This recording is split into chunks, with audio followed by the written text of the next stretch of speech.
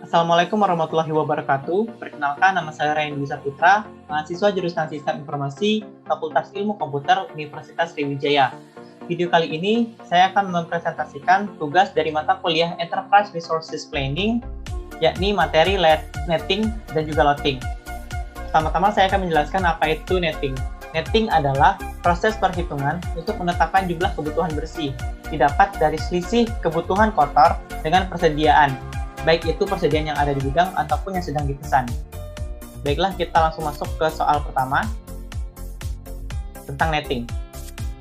Dari peramalan diketahui bahwa permintaan independen dari pelanggan akan dilakukan pada bulan pertama sebesar 15, bulan kedua sebesar 10, bulan 3 sebesar 40, bulan 4 sebesar 35, bulan 5 sebesar 15, bulan 6 sebesar 15, bulan 7 sebesar 5, dan bulan 8 sebesar 18. Sementara persediaan produk di gudang sebesar 25. Berdasarkan perencanaan periode sebelumnya, pada minggu 10 akan masuk barang ke gudang sebanyak 50 unit produk. Tentukan jumlah kebutuhan bersih dari material tersebut. Baiklah, untuk kebutuhan kotor itu sudah ada di soal, yakni 15, 10, 40, 35, 15, 15, 5, dan juga 18. Itu merupakan kebutuhan dari setiap bulannya. Maka tinggal kita tulis berdasarkan periodenya untuk kebutuhan kotor. Kemudian untuk jadwal penerimaan persediaan dikatakan akan diterima pada minggu 10. Minggu 10 adalah minggu kedua di bulan ketiga. Maka untuk 50 kita tulis di periode ketiga. Kemudian persediaan di tangan yakni periode sebelumnya, maka diletakkan di sini sebesar 25 unit. Kemudian cara menghitung kebutuhan bersihnya adalah yang pertama, untuk periode 1 dibutuhkan 15 dan persediaan ada 25, maka sisa persediaan adalah 10. Kemudian di periode kedua dibutuhkan 10 untuk kebutuhan kotor, persediaan ada 10, maka sisa persediaan adalah 0. Berikutnya di periode ketiga terdapat 50 persediaan barang yang diterima atau barang baru. Dikurang dengan 40 kebutuhan kotor, maka sisa yang persediaan yang ada di tangan adalah 10. Periode keempat, dibutuhkan 35 untuk kebutuhan kotor, sedangkan kita hanya memiliki persediaan di tangan 10, maka dapat disimpulkan bahwa kebutuhan bersih periode keempat adalah 25. Seterusnya untuk periode 6, 7, dan 8, karena kita sudah tidak memiliki persediaan di tangan lagi. Maka mau tidak mau, kebutuhan bersih kita bertambah. Maka dapat disimpulkan bahwa kebutuhan bersih untuk periode ini adalah sebesar 78, di mana itu adalah hasil penjumlahan dari kebutuhan bersih periode keempat, periode 5, periode 6, periode 7, dan periode 8, sebesar 78 unit. Berikutnya adalah loading. Loading adalah proses menentukan besarnya pesanan yang optimal berdasarkan hasil dari perhitungan kebutuhan bersih.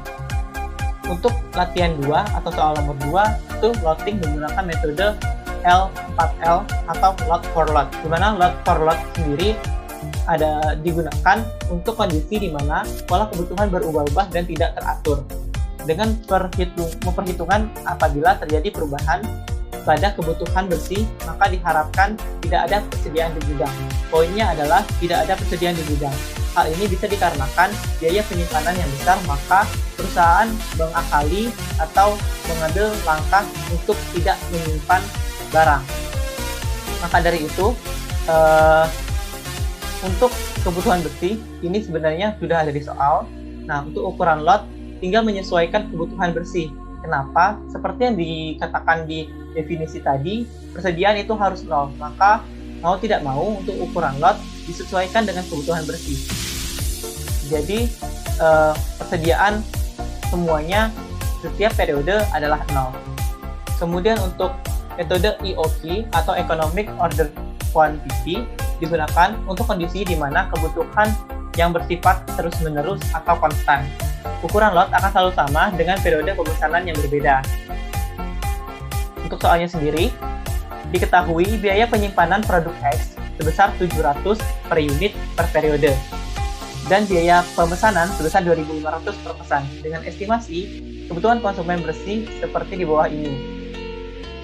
Tentukan besarnya nilai lot dan pergerakan jumlah persediaan produk X tersebut menggunakan teknik lot EOQ.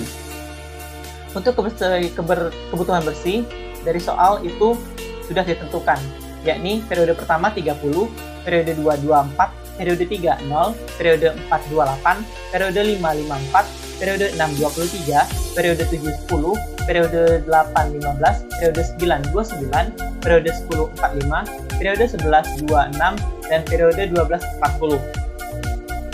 Untuk teknik perhitungan EOQ itu memiliki rumus yakni akar 2D dikali K per H, di mana D sendiri adalah total dari kebutuhan bersih, kemudian K adalah biaya pemesanan, dan H adalah biaya penyimpanan.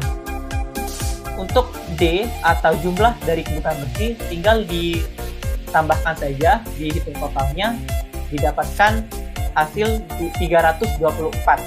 Kemudian untuk K sebesar 2.500 dan H sebesar 700. Maka dari perhitungan tersebut didapatkanlah hasil 48 lot. Artinya setiap kebutuhan yang ada, ukuran lotnya adalah 48. Baiklah, akan saya jelaskan lebih lanjut. Untuk periode pertama dengan kebutuhan bersih sekitar 30 dengan lot 48, maka persediaan yang tersisa adalah 18.